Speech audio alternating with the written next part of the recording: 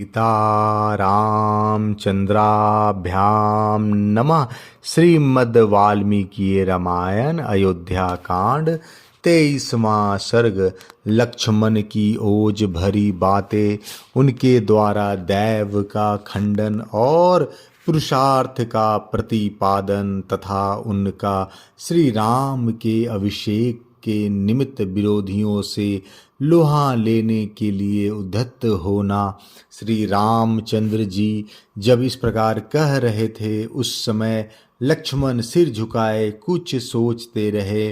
फिर सहसा शीघ्रता पूर्वक वे दुख और हर्ष के बीच की स्थिति में आ गए। श्री राम के राज्याभिषेक में विघ्न पड़ने के कारण उन्हें दुख हुआ और उनकी धर्म में दृढ़ता देख कर प्रसन्नता हुई।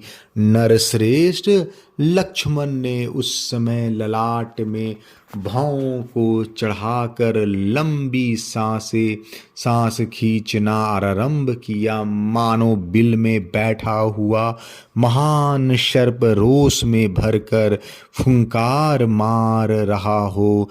तनी हुई भावों के साथ उस समय उनका मुख कुपित हुए सिंह के मुखिया के समान जान पड़ता था। उसकी ओर देखना कठिन हो रहा था।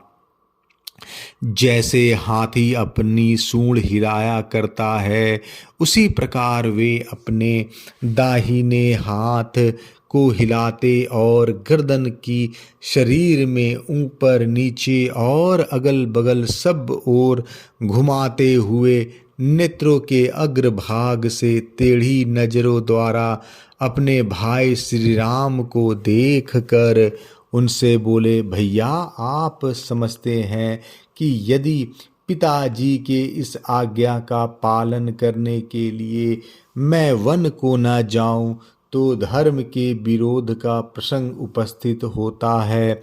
इसके सिवा लोगों के मन में यह बड़ी भारी शंकाएं उठ सकती होगी कि जो पिता की आज्ञा का उल्लंघन करता है, वह यदि राजा ही हो जाए तो हमारा धर्म पूर्वक पालन कैसे करेगा।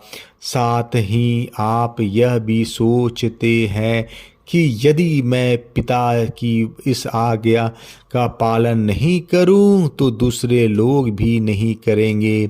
इस प्रकार धर्म की अवहेलना होने से जगत के विनाश का भय उपस्थित होगा। इन सब दोषों और शंकाओं का निराकरण करने के लिए आपने मन में वन गमन के प्रति जो यह बड़ा भारी संग्रह उतावलापन आ गया है, यह सर्वथा अनुचित और भ्रम मूलक ही है, क्योंकि आप असमर्थ दैव नामक तुच्छ वस्तु को प्रबल बता रहे हैं। दैव का निराकरण करने में समर्थ आप जैसा क्षत्रिय शिरोमणि वीर यदि भ्रम में नहीं पड़ गया होता तो ऐसी बात कैसे कह सकता था। अतः असमर्थ पुरुषों द्वारा ही अपनाए जाने योग और पौरुष के निकट कुछ भी करने में असमर्थ दैव ही आप साधारण मनुष्यों के समान इतनी स्तुति या प्रशंसा क्यों कर रहे हैं। धर्मात्मन, आपको उन दोनों पापियों पर संदेह क्यों नहीं होता। संसार में कितने ही ऐसे पापशक्त मनुष्य हैं जो दूसरों को ठेंगने के लिए धर्म का ढोंग बनाए रहते हैं। क्या आप उन्हें नहीं जानती? रघुनंदन, वे दोनों अपना स्वार्थ सिद्ध करने के लिए सटतावश धर्म के बहाने आप जैसे सचरित्र पुरुष का परित्याग करना चाहते हैं। यदि उनका ऐसा विचार न होता तो जो कार्य आज हुआ है वह पहले ही हो गया होता। यदि वरदान वाली बात सच्ची होती तो आपके अभिषेक का कार्य प्रारंभ होने से पहले ही इस तरह का वर दे दिया गया होता। गुणवान ज्येष्ठ पुत्र के रहते हुए छोटे का अभिषेक करना यह लोक विरुद्ध कार्य है जिसका आज आरंभ किया गया है। आपके सिवा दूसरे किसी का राज्याभिषेक हो यह मुझसे सहन नहीं होने का है। इसके लिए आप मुझे क्षमा करेंगे। महामते, पिता के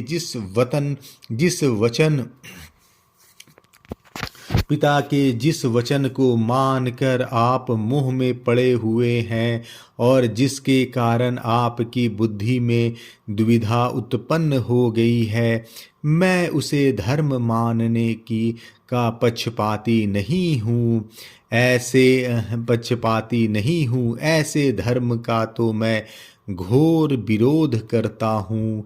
आप अपने पराक्रम से सब कुछ करने में समर्थ होकर भी कई के वश में रहने वाले पिता के अधर्मपूर्ण एवं निंदित वचन का पालन कैसे करेंगे। वरदान की झूठी कल्पना का पाप करके आपके अभिषेक में रोड़ा अटकाया गया है, फिर भी आप इस रूप में नहीं ग्रहण करते हैं। इसके लिए मेरे मन में बड़ा दुख होता है। ऐसे कपटपूर्ण धर्म के प्रति होने वाली आसक्ति निंदित है। ऐसे पाखंडपूर्ण धर्म के पालन में जो आपकी प्रवृत्ति हो रही है वह यहाँ के जन समुदाय की दृष्टि से निंदित है। आपके सिवा दूसरा कोई पुरुष सदा पुत्र का अहित करने वाले पिता माता नामधारी उन कामाचारी शत्रुओं के मनोरथ को मन से भी कैसे पूर्ण कर सकता है, उसकी पूर्ति का विचार भी मन में कैसे ला सकता है। माता पिता के इस विचार को ही कि आपका राज्याभिषेक न हो जो आप दैव की प्रेरणा का फल मानते हैं, यह भी मुझे अच्छा नहीं लगता। यद्यपि वह आपका मत है तथापि आपको उसकी उपेक्षा कर देनी चाहिए।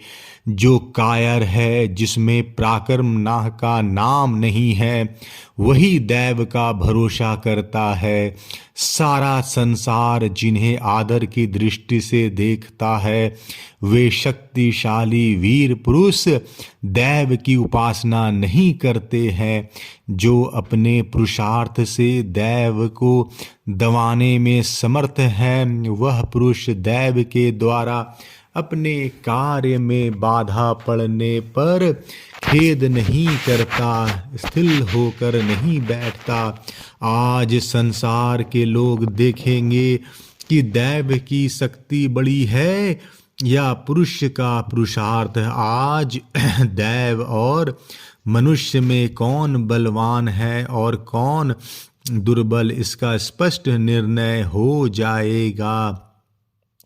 जिन लोगों ने दैव के बल से आज आपके राज्याभिषेक को नष्ट हुआ देखा है, वही आज मेरे पुरुषार्थ से अवश्य ही दैव का भी विनाश देख लेंगे। जो अंकुश की परवाह नहीं करता और रस्से या सांकल को भी तोड़ देता है, मद की धारा बहाने वाले उस मत गजराज की भांति वेग पूर्वक दौड़ने वाले दैव को भी आज मैं अपने पुरुषार्थ से पीछे लौटा दूंगा। समस्त लोकपाल और तीनों लोकों के संपूर्ण प्राणी आज श्री राम के राज्याभिषेक को नहीं रोक सकते। फिर केवल पिताजी की तो बात ही क्या है, राजन, जिन लोगों ने आपस में आपके वनवास का समर्थन किया है वे स्वयं 14 वर्षों तक वन में जाकर छिपे रहेंगे। मैं पिता की और जो आपके अभिषेक में विघ्न डालकर अपने पुत्र को राज्य देने की प्रयत्न में लगी हुई है उस कैकेयी की भी उस आशा को जलाकर भस्म कर डालूंगा। जो मेरे बल के विरोध में खड़ा होगा उसे मेरा भयंकर पुरुषार्थ जैसा दुख देने में समर्थ होगा जैसे दैव बल उसे सुख नहीं पहुंचा सकेगा। सहस्त्र वर्ष बीतने के पश्चात जब आप अवस्था क्रम में वन में निवास करने के लिए जाएंगे उस समय आपके बाद आपके पुत्र प्रजा पालन रूप कार्य करेंगे। अर्थात उस समय भी दूसरों को इस राज्य में दखल देने का अवसर नहीं होगा। पुरातन राज ऋषियों की आचार परंपरा के अनुसार प्रजा का पुत्रवत पालन करने के निमित्त प्रजा वर्ग को पुत्रों के हाथ में सौंपकर वृद्ध राजा का वन में निवास करना उचित बताया जाता है। धर्मात्मा श्री राम हमारे महाराज वानप्रस्थ धर्म की पालन में चित्त को एकाग्र नहीं कर रहे हैं। इसलिए यदि आप यह समझते हैं हो कि उनकी आज्ञा के विरुद्ध राज्य ग्रहण कर लेने पर समस्त जनता विद्रोही हो जाएगी, अतः राज्य अपने हाथ में नहीं रह सकेगा। इस शंका से यदि आप अपने ऊपर राज्य का भार नहीं लेना चाहते अथवा वन में चले जाना चाहते हैं तो इस शंका को छोड़ दीजिए। वीर, मैं प्रतिज्ञा करता हूँ कि जैसे तटभूमि समुद्र को रोके रहती है उसी प्रकार मैं आपकी और आपके राज्य की रक्षा करूँगा। यदि ऐसा न करूँ तो वीर लोक का भागी न हूँ। इसलिए आप मंगलमय अभिषेक सामग्री से अपना अभिषेक होने दीजिए। इस अभिषेक के कार्य में आप तत्पर हो जाइए। मैं अकेला ही बलपूर्वक समस्त विरोधी भूपालों को रोक रखने में समर्थ हूँ। ये मेरी दोनों भुजाएं केवल शोभा के लिए नहीं है, मेरे इस धनुष का आभूषण नहीं बनेगा। यह तलवार केवल कमर में बांधे रखने के लिए नहीं है और इन बाणों के खंभे नहीं बनेंगे। ये सब चारों वस्तुएं शत्रुओं का दमन करने के लिए ही हैं। जिसे मैं अपना शत्रु समझता हूँ उसे कदापि जीवित रहने देना नहीं चाहता। जिस समय मैं इस तीखी धार वाली तलवार को हाथ में लेता हूँ यह बिजली की तरह चंचल प्रभाव से चमक उठती है। इसके द्वारा आपने अपने किसी भी शत्रुओं को वह वज्रधारी इंद्र ही क्यों न हो मैं कुछ नहीं समझता।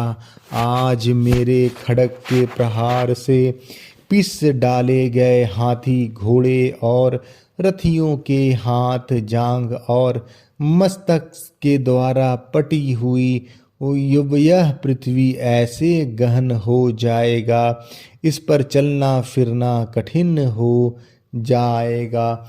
मेरी तलवार की धार से कटकर रक्त से लथपथ हुए शत्रु जलती हुई आग के समान जान पड़ेगा और बिजली सहित मेघों के समान आज पृथ्वी पर गिरेंगे। अपने हाथ में गोह के चर्म से बने हुए दस्ताने बांध कर जब हाथ में धनुष ले मैं युद्ध के लिए खड़ा हो जाऊंगा उस समय पुरुषों में से कोई भी मेरे सामने कैसे अपने पौरुष पर अभिमान कर सकेगा। मैं बहुत से वानों द्वारा एक को और एक ही बाणों से बहुत से योद्धाओं को धराशाही करता हुआ मनुष्यों, घोड़ों और हाथियों के मर्म स्थानों पर वाण मारूंगा। प्रभो, आज दशरथ की प्रभुता को मिटाने और आपके प्रभुत्व को स्थापित करने के लिए अस्त्र बल से संपन्न मुझ लक्ष्मण का प्रभाव प्रकट होगा। श्री राम, आज मेरी ये दोनों भुजाएं जो चंदन का लेप लगाने, बाजूबंद पहनने, धन का दान करने और शुहदों के पालन में संलग्न रहने के योग्य है, आपके राज्याभिषेक में विघ्न डालने वाले को रोकने के लिए अपने अनुपम पराक्रम प्रकट करेंगी। प्रभु, बतलाइए, मैं आपके किस शत्रु को अभी प्राण, यश और स्वज में से सदा के लिए विलग कर दूंगा। जिस उपाय से भी यह पृथ्वी आपके अधिकार में आ जाए, उसके लिए मुझे आज्ञा दीजिए। मैं आपका दास हूँ। रघुवंश की वृद्धि करने वाले श्री राम ने लक्ष्मण की ये बातें सुनकर उनके आंसू पोंछे और उन्हें बार बार सांत्वना देते हुए कहा, सौम्य, मुझे तो तुम माता पिता की आज्ञा के पालन में ही दृढ़ता पूर्वक स्थित समझो। यही सत्य पुरुषों का मार्ग है। अयोध्या कांड 23वां सर्ग समाप्त। जय श्री कृष्ण, जय श्री राम।